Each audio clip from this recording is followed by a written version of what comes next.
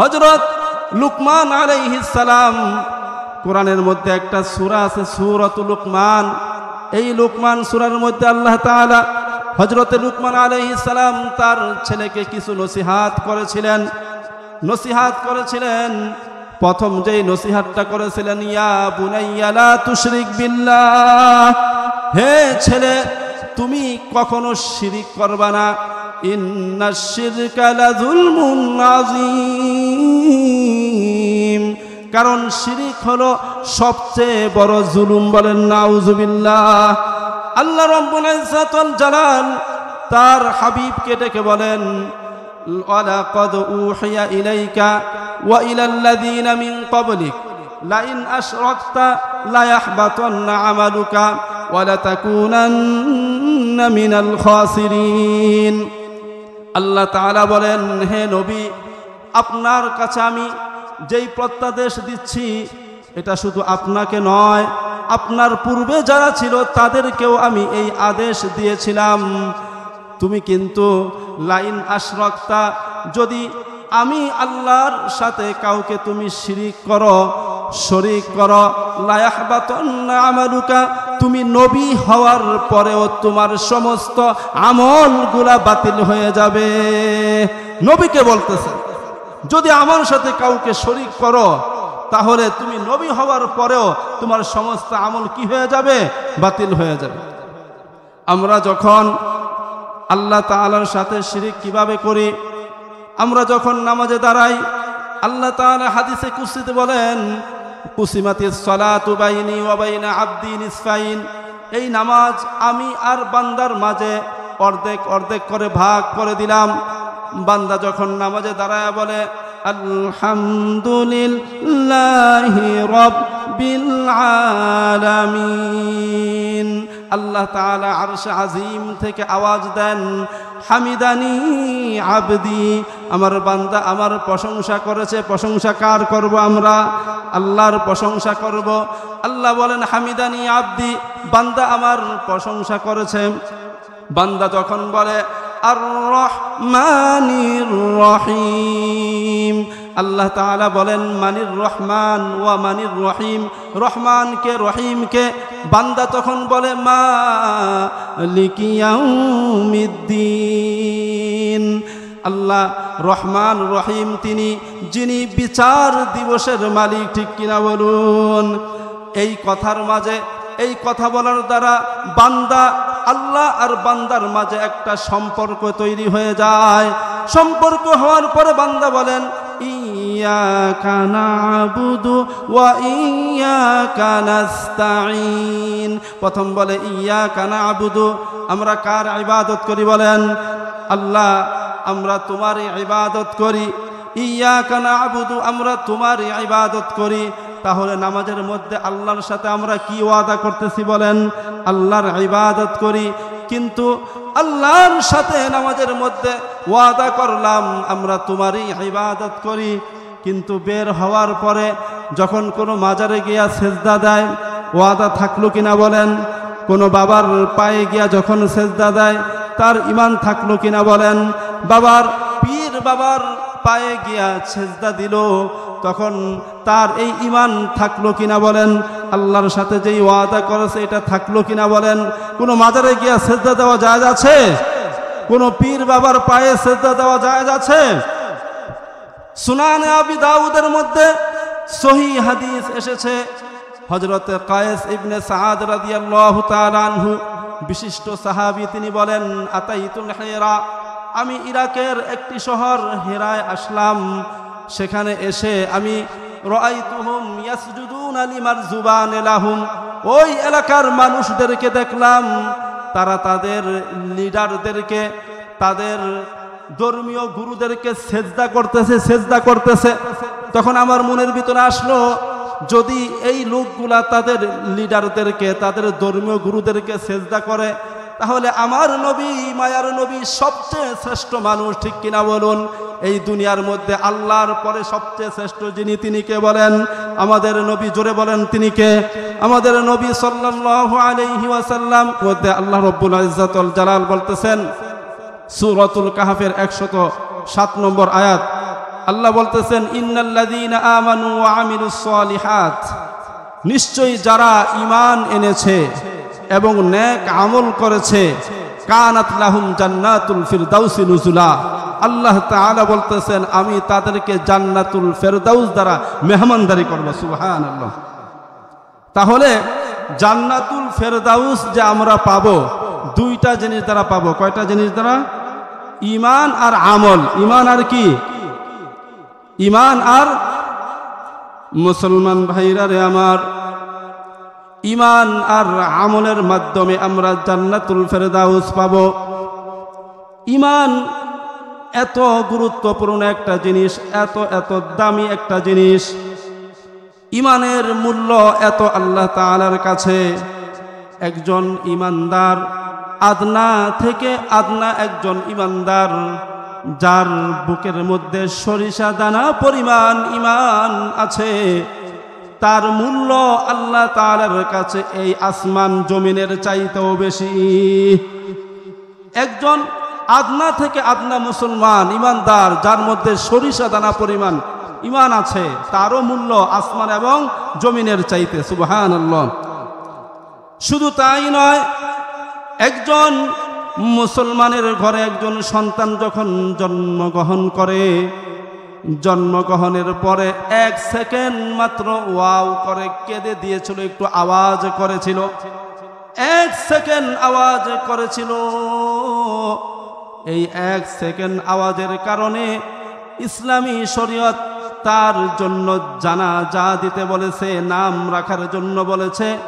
আল্লাহ তাআলা এই 1 সেকেন্ড ঈমানের কারণে, এই দুনিয়াতে ঈমানদার হিসাবে একটা আওয়াজ দেওয়ার কারণে তার জন্য জান্নাত বরাদ্দ করে যিনি রেখেছেন, তিনি কে? 1 সেকেন্ড আওয়াজ করেছে, মাসলা কি বলে?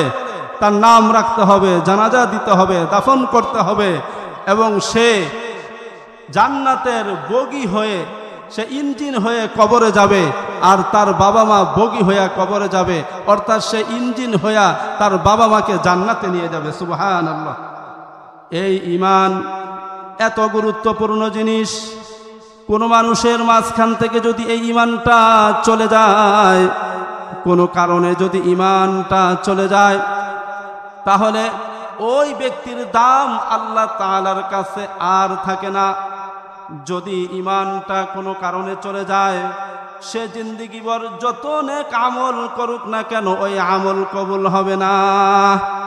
আমাদের মাঝখান থেকে এই ঈমানটা চলে যায়। ও আমার সম্মানিত মুসল্লিয়ানে কেরাম, আপনারা অজু ভঙ্গের কারণ আছে কিনা বলেন? অজু ভঙ্গের কারণ আপনারা জানেন? নামাজ ভঙ্গের কারণ আছে কিনা? নামাজ ভঙ্গের কারণ জানেন? রোজা ভঙ্গের কারণ আছে কিনা বলেন? রোজা ভঙ্গের কারণ আপনারা জানেন? হজ করতে গেলে এই হজের এহরাম বাঁধার পরে এমন কিছু কাজ আছে যেগুলো করলে হজ নষ্ট হয়ে যায়, আছে কিনা বলেন?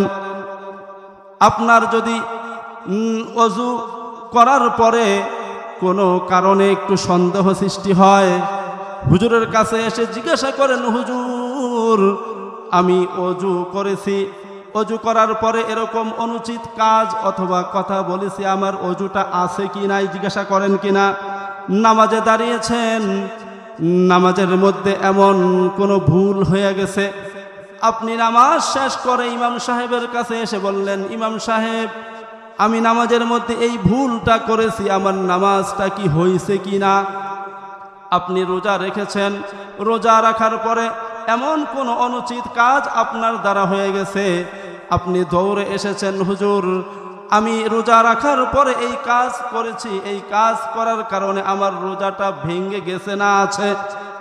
আপনি চিন্তিত হয়ে যান, স্বামী আর স্ত্রী ঝগড়া করেছে, ঝগড়া করার মাঝে বিভিন্ন অনুচিত কথাবার্তা বলে ফেলেছে, দৌড়ে চলে এসেছে মুফতি সাহেবের কাছে, এসে জিজ্ঞাসা করে, মুফতি সাহেব আমরা ঝগড়া করার মাঝে গরম মেজাজে নিয়া আমরা রাগের মাথায় এই কথাগুলো বলে ফেলেছি, আমাদের বিবাহ আছে না ভেঙে গেছে?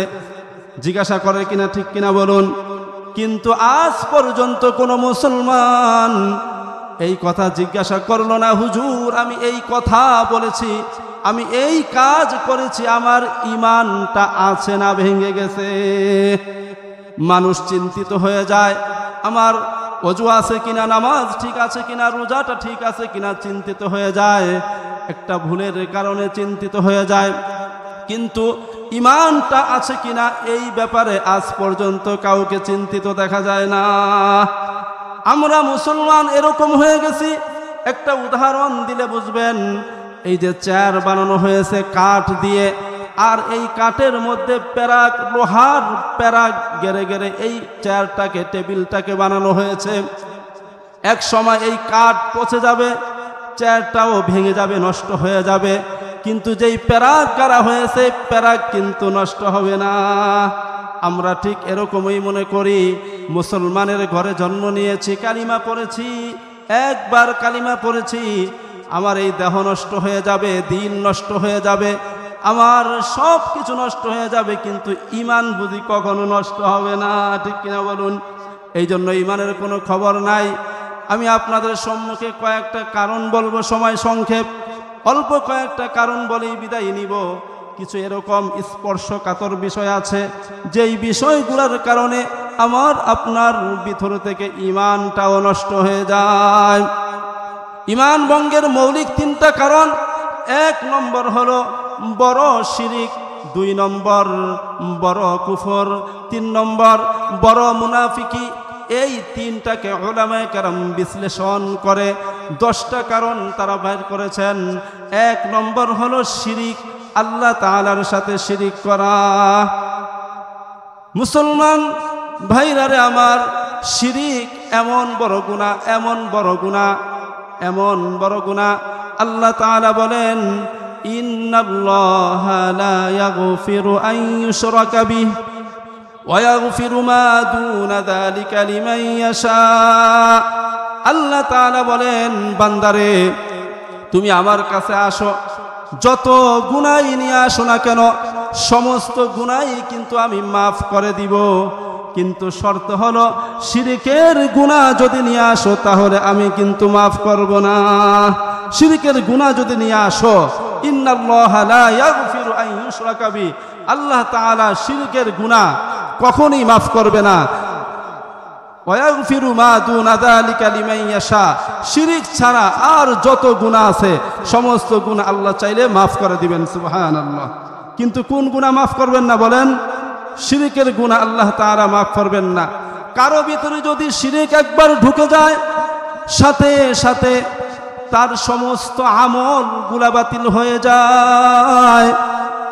আর তওবা না করা পর্যন্ত, নতুন করে কালিমা না পড়া পর্যন্ত যত আমলই করুক না কেন কোনো আমলই তার কবুল হয় না।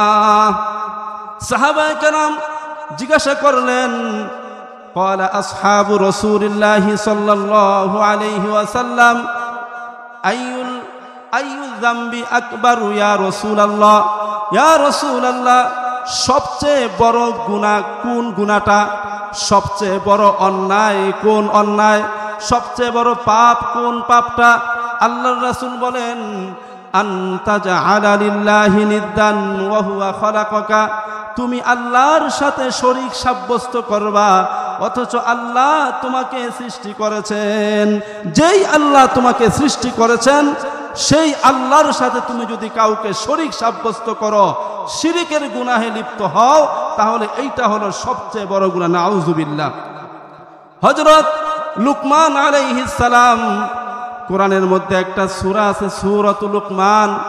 এই লুকমান সূরার মধ্যে আল্লাহ তাআলা হযরতে লুকমান আলাইহিস সালাম তার ছেলেকে কিছু নসিহত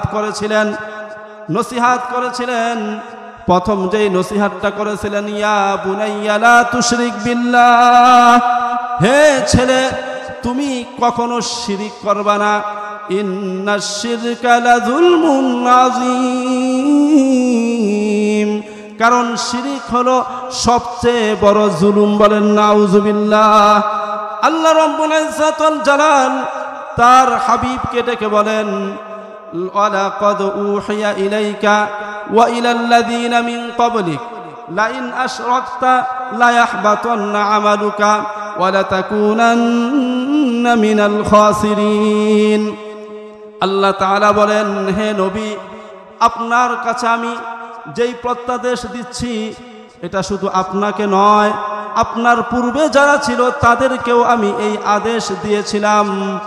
তুমি কিন্তু লাইন আশরাকতা, যদি আমি আল্লাহর সাথে কাউকে তুমি শরীক করো লা ইয়াহবাতান্না আমালুকা, তুমি নবী হওয়ার পরেও তোমার সমস্ত আমলগুলা বাতিল হয়ে যাবে। নবীকে বলতেছে, যদি আমার সাথে কাউকে শরীক করো তাহলে তুমি নবী হওয়ার পরেও তোমার সমস্ত আমল কি হয়ে যাবে? বাতিল হয়ে যাবে। আমরা যখন আল্লাহ তাআলার সাথে শিরক কিভাবে করি? আমরা যখন নামাজে দাঁড়াই, আল্লাহ তাআলা হাদিসে কুদসিতে বলেন, কুসিমাতিস সালাতু বাইনি ওয়া বাইনা আবদি নিসফাইন, এই নামাজ আমি আর বান্দার মাঝে অর্ধেক অর্ধেক করে ভাগ করে দিলাম। বান্দা যখন নামাজে দাঁড়ায় বলে আলহামদুলিল্লাহি রাব্বিল আলামিন, আল্লাহ তাআলা আরশে আজিম থেকে আওয়াজ দেন, হামিদানি আবদি, আমার বান্দা আমার প্রশংসা করেছে। প্রশংসা কার করব? আমরা আল্লাহর প্রশংসা করব। আল্লাহ বলেন, হামিদানি আবদি, বান্দা আমার প্রশংসা করেছে। বান্দা যখন বলে আর রহমানির রহিম, আল্লাহ তাআলা বলেন মানির রহমান ওয়া মানির রহিম, রহমানকে রহিমকে। বান্দা তখন বলে মালিকি ইয়াউমিদ্দিন, আল্লাহ রহমান রহিম তিনি, যিনি বিচার দিবসের মালিক। ঠিক কিনা বলুন? এই কথার মাঝে, এই কথা বলার দ্বারা বান্দা আল্লাহ আর বান্দার মাঝে একটা সম্পর্ক তৈরি হয়ে যায়। সম্পর্ক হওয়ার পরে বান্দা বলেন ইয়াকা না'বুদু ওয়া ইয়াকা নাস্তাঈন। প্রথম বলে ইয়াকা না'বুদু, আমরা কার ইবাদত করি? বলেন আল্লাহ, আমরা তোমার ইবাদত করি। ইয়াকা না'বুদু, আমরা তোমার ইবাদত করি।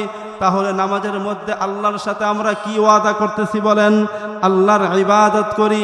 কিন্তু আল্লাহর সাথে নামাজের মধ্যে ওয়াদা করলাম আমরা তোমারই ইবাদত করি, কিন্তু বের হওয়ার পরে যখন কোনো মাজারে গিয়া সেজদা দেয়, ওয়াদা থাকলো কিনা? বলেন কোনো বাবার পায়ে গিয়া যখন সেজদা দেয় তার ঈমান থাকলো কিনা? বলেন বাবার পীর বাবার পায়ে গিয়া সেজদা দিল, তখন তার এই ঈমান থাকলো কিনা? বলেন আল্লাহর সাথে যেই ওয়াদা করেছে এটা থাকলো কিনা? বলেন কোনো মাজারে গিয়া সেজদা দেওয়া জায়েজ আছে? কোনো পীর বাবার পায়ে সেজদা দেওয়া জায়েজ আছে?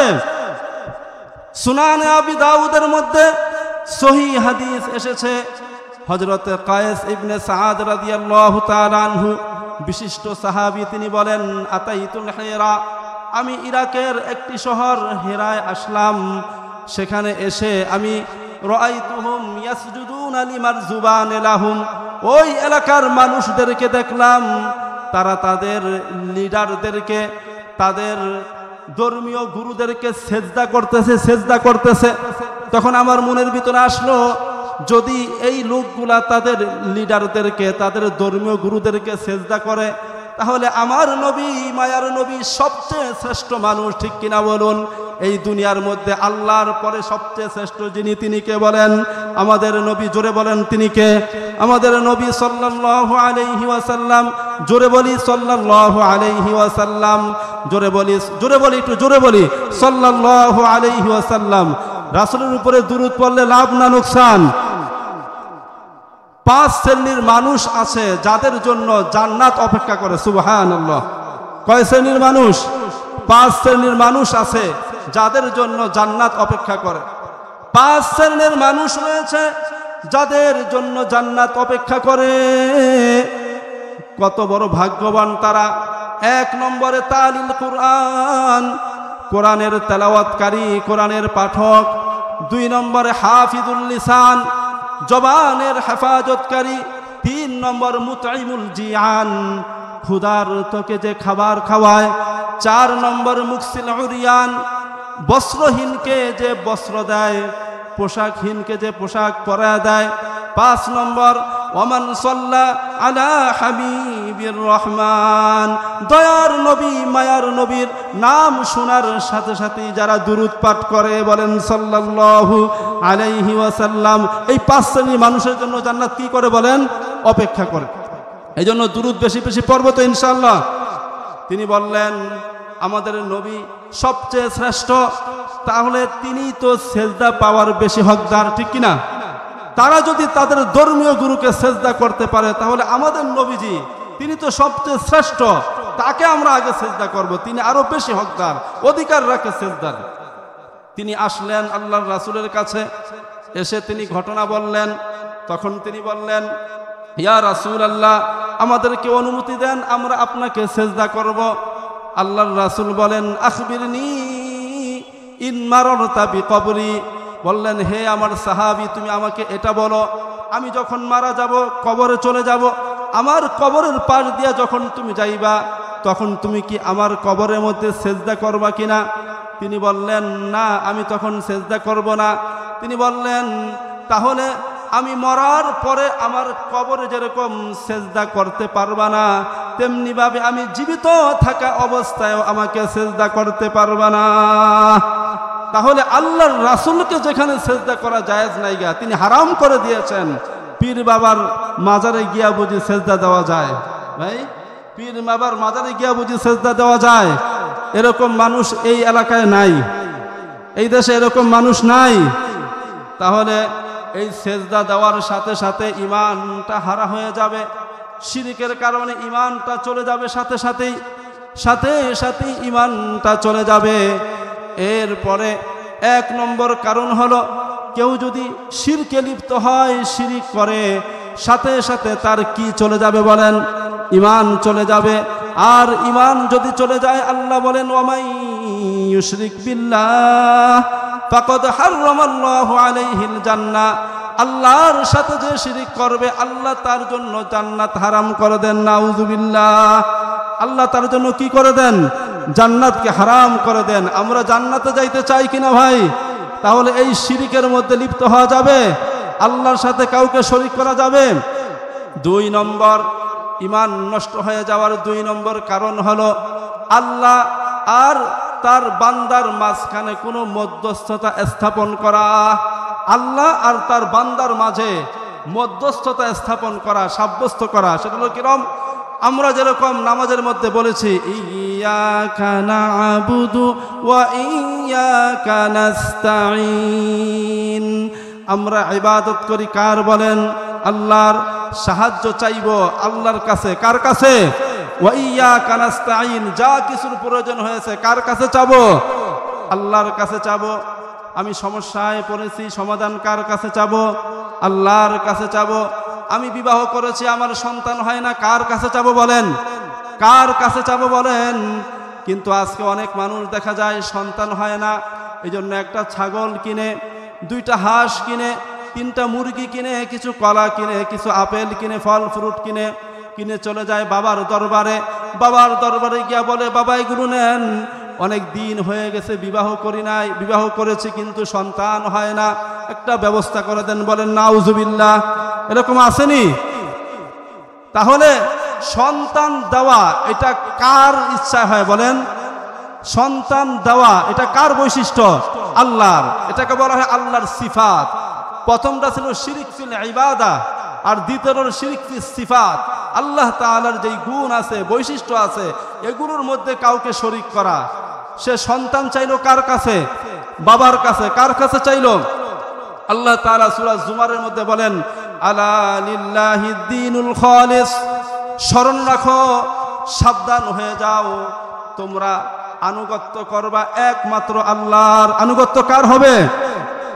ওয়াল্লাযীনা তাবাউ মিন দুনিহি আউলিয়া, কিন্তু যারা আল্লাহ ব্যতীত অন্য কাউকে অভিভাবক বানায়, অভিভাবক বানায়া তার ইবাদত করে, তার পূজা করে, তাকে সেজদা করে, এই উদ্দেশ্য নিয়া যে উনি আমাকে সন্তানের ব্যবস্থা করে দিবে,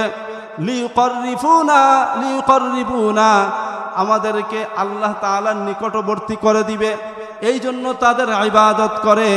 আল্লাহ তাআলা বলেন এরা হলো কাফের এবং বেঈমান, এরা হলো কাফের এবং বেঈমান। তাহলে এই যে সন্তান দেওয়া এটা হলো কার সিফাত বলেন? আল্লাহর সিফাত।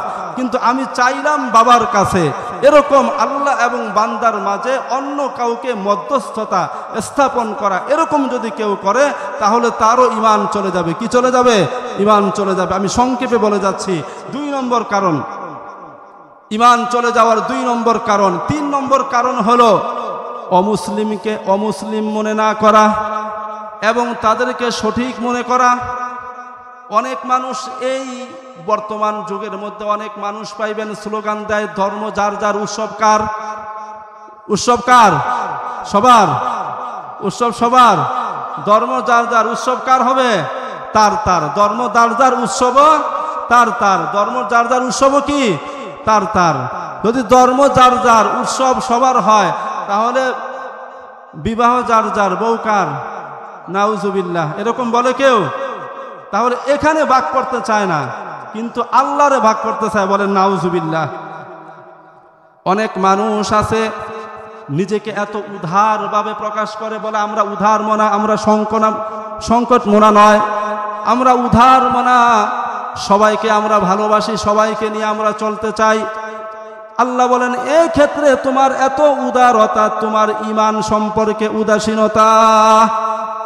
যদি অন্য ধর্মকেও সঠিক মনে করে, অনেকে বলে আরে সমস্যা কি, দুনিয়াতে ভিন্ন ভিন্ন, যাব তো এক জায়গায়, যাব তো এক জায়গাতেই যাব, তাহলে এত সমস্যা কি, সবই ঠিক আছে। নাউজুবিল্লাহ। আমাদের অনেক যুবকরা, আমাদের অনেক মুসলমানের সন্তানরা এই জিনিসটা না বুঝার কারণে তারা ওই ধর্মগুলাকেও সঠিক মনে করে যে ওইটা আরেকটা ধর্ম। আমাদের ইসলাম যেরকম একটা ধর্ম, ওইটাও একটা ধর্ম, এইটাও যেরকম ঠিক ওইটাও ঠিক, বলেন নাউজুবিল্লাহ। এরকম মনে করে কিনা ভাই? এরকম মনে করলে ঈমান থাকবে? অমুসলিমই যে অমুসলিম, অমুসলিম সে অমুসলিমই, সে কখনো হক হতে পারে না। তবে হ্যাঁ, দুনিয়াতে আল্লাহ তাআলা সকলের সাথে ইনসানিয়াত, মানবতা, ভালো ব্যবহার এটা দেখাইতে বলেছেন, কিন্তু হৃদ্যতা, কলিজার সম্পর্ক এটা সবাইকে দেওয়া যাবে না, একমাত্র ঈমানদারকেই দিতে হবে। আর যারা কাফের আছে এদেরকে কখনো সঠিক মনে করা যাবে না। আল্লাহ তাআলা বলে দিয়েছেন ইন্নাদ-দীনা ইনদাল্লাহিল ইসলাম। আল্লাহ তাআলার কাছে একমাত্র, কেবলমাত্র, শুধুমাত্র মনোনীত দ্বীন এবং ধর্ম কোনটা বলেন? ইসলাম। বলি আলহামদুলিল্লাহ। আমরা সেই ইসলামের মধ্যে আছি কিনা? আল্লাহ তাআলা আমাদেরকে ইসলামের মধ্যে রেখেছেন, বলি আলহামদুলিল্লাহ। আল্লাহ বলেন ইন্নাদ-দীনা ইনদাল্লাহিল ইসলাম। আল্লাহর কাছে একমাত্র, কেবলমাত্র মনোনীত দ্বীন হলো ইসলাম। আল্লাহ এর পরে গিয়া বলেন ওয়ামান ইয়াবতাগি গায়রাল ইসলামি দীনান ফালাই ইউকবালা মিন। শুনিয়া রাখো মুসলমান, হে মানুষরা শুনিয়া রাখো, যদি ইসলাম ছাড়া অন্য কোন ধর্ম নিয়ে আমার কাছে আসো, ফালাই ইউকবালা মিনহু, তোমার এই ধর্মকে কখনোই গ্রহণ করা হবে না। নাউজুবিল্লাহ। ইসলাম ছাড়া অন্য কোন ধর্ম যদি নিয়ে আসো, ওটাকে গ্রহণ করা হবে না। কার ঘোষণা বলেন? আল্লাহ তাআলা জানিয়ে দিয়েছে, চিরন্তন বিধান, কোনো পরিবর্তন হবে? ইসলাম ছাড়া অন্য কোন ধর্ম আল্লাহর কাছে গ্রহণীয় নয়। তাহলে আমি যদি মনে করি না ওইটাও গ্রহণীয়, ঈমান থাকবে? অমুসলিমকে অমুসলিমই মনে করতে হবে। যদি কেহ অমুসলিমকে অমুসলিম মনে না করে বা তাদের কোনো কালচারকে সঠিক মনে করে, তাহলে তারও কিন্তু ঈমান থাকবে না। 4 নম্বর কারণ হলো আল্লাহর রাসূল আমাদের কাছে যেই দ্বীন নিয়ে এসেছেন, যেই আদর্শ নিয়ে এসেছেন, এই আদর্শ থেকে অন্য কোনো আদর্শকে, অন্য কোনো দর্শনকে উত্তম মনে করা। আল্লাহর রাসূল আমাদের কাছে যেই আদর্শ নিয়ে এসেছেন, আমাদেরকে যেই আদর্শ দিয়া গেছেন, এই আদর্শের চাইতে অন্য কোনো আদর্শকে উত্তম মনে করা, এরকম আসেনি ভাই? আল্লাহ রাসূল যেই সুন্নাহ আছে, আল্লাহ নিজে বলেছেন ওয়ামা আতাকুমুর রাসূলু ফাখুযুহু। আল্লাহর রাসূল যা নিয়ে এসেছেন তোমরা সেটাকে গ্রহণ করো, সেটাকে তোমরা কি করো? গ্রহণ করো। আল্লাহ আরেক আয়াতে বলেছেন ফালা ওয়া রাব্বিকা লা ইউমিনুনা হাত্তা ইউহাক্কিমুকা ফীমা শাজারা বাইনাহুম। আল্লাহ বলতেছেন হে নবী আপনার রবের শপথ করে বলতেছি, আপনার রবের কসম করে বলতেছি, যতক্ষণ পর্যন্ত এই মানুষগুলা আপনাকে সমস্ত সমস্যার সমাধান দাতা, সমস্ত আদর্শের উপরে আপনার আদর্শকে প্রাধান্য না দিবে, তারা পূর্ণ মুমিন মুসলমান হতে পারবে না। লা ইউমিনুনা, তারা ইমানদার হতে পারবে না। আল্লাহর রাসূলের আদর্শকে সবচাইতে উত্তম আদর্শ মনে করতে হবে, ঠিক কিনা বলুন? আল্লাহ তাআলা নিজেই বলে দিয়েছেন লাকাদ কানা লাকুম ফি রাসূলিল্লাহি উসওয়াতুন হাসানা।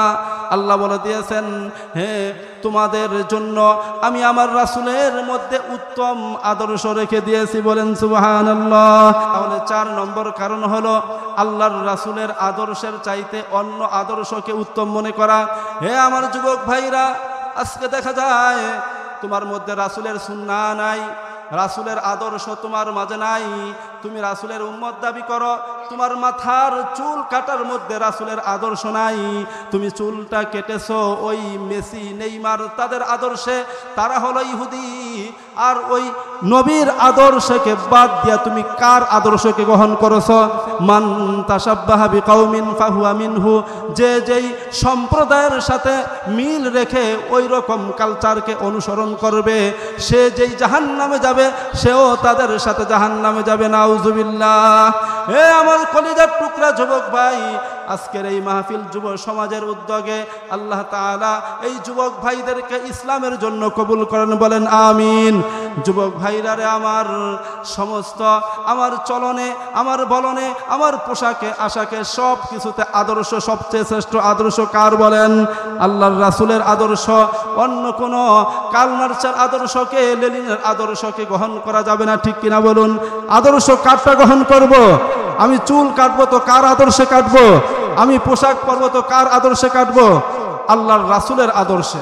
তাহলে আল্লাহর রাসূলের আদর্শের চাইতে অন্য আদর্শকে উত্তম মনে করা, এটাও ঈমান ভঙ্গের একটা কারণ।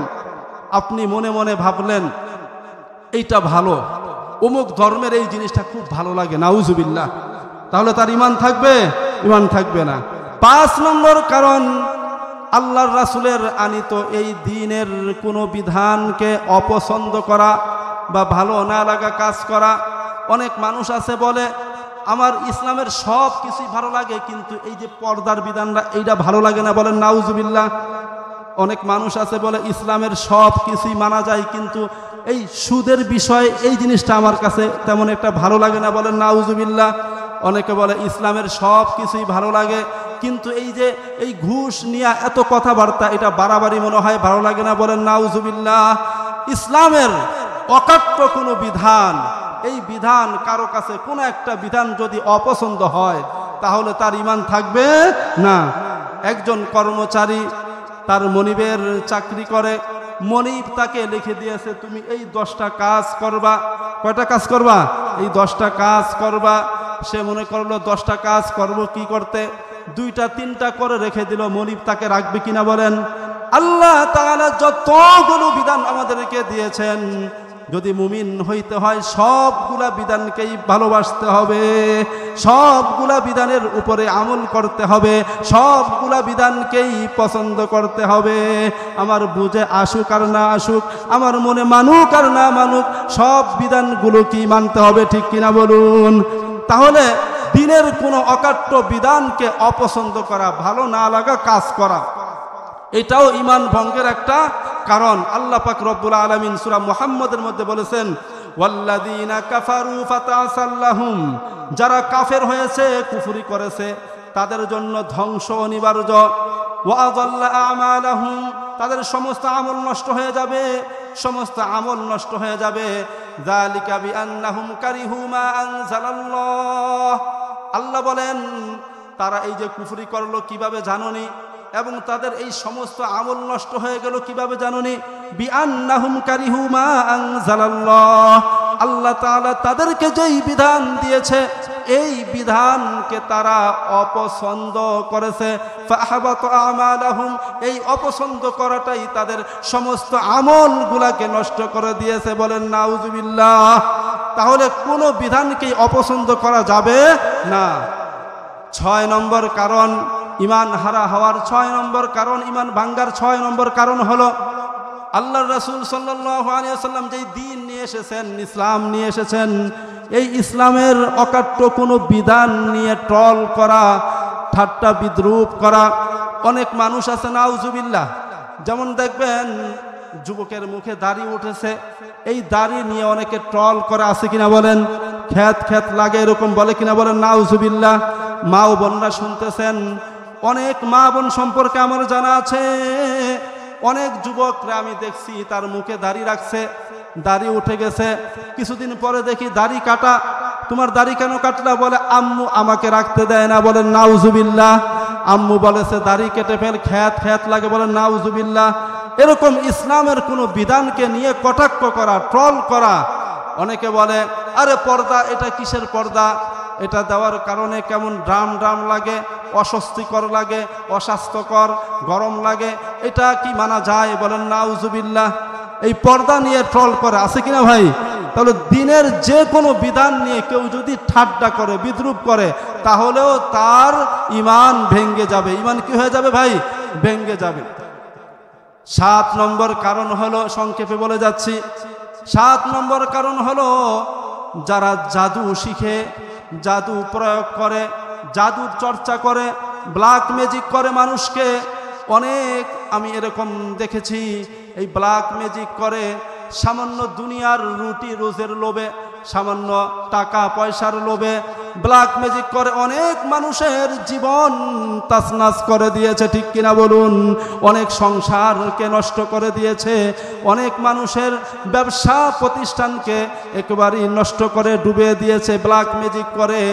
সামান্য হিংসার বশবর্তী হয়ে, সামান্য টাকা পয়সার লোভে এরকম যারা জাদু করবে, জাদু শিখবে, জাদু প্রয়োগ করবে, জাদুর চর্চা করবে, এগুলাকে বিশ্বাস করবে, সাথে সাথে তার ঈমান চলে যাবে।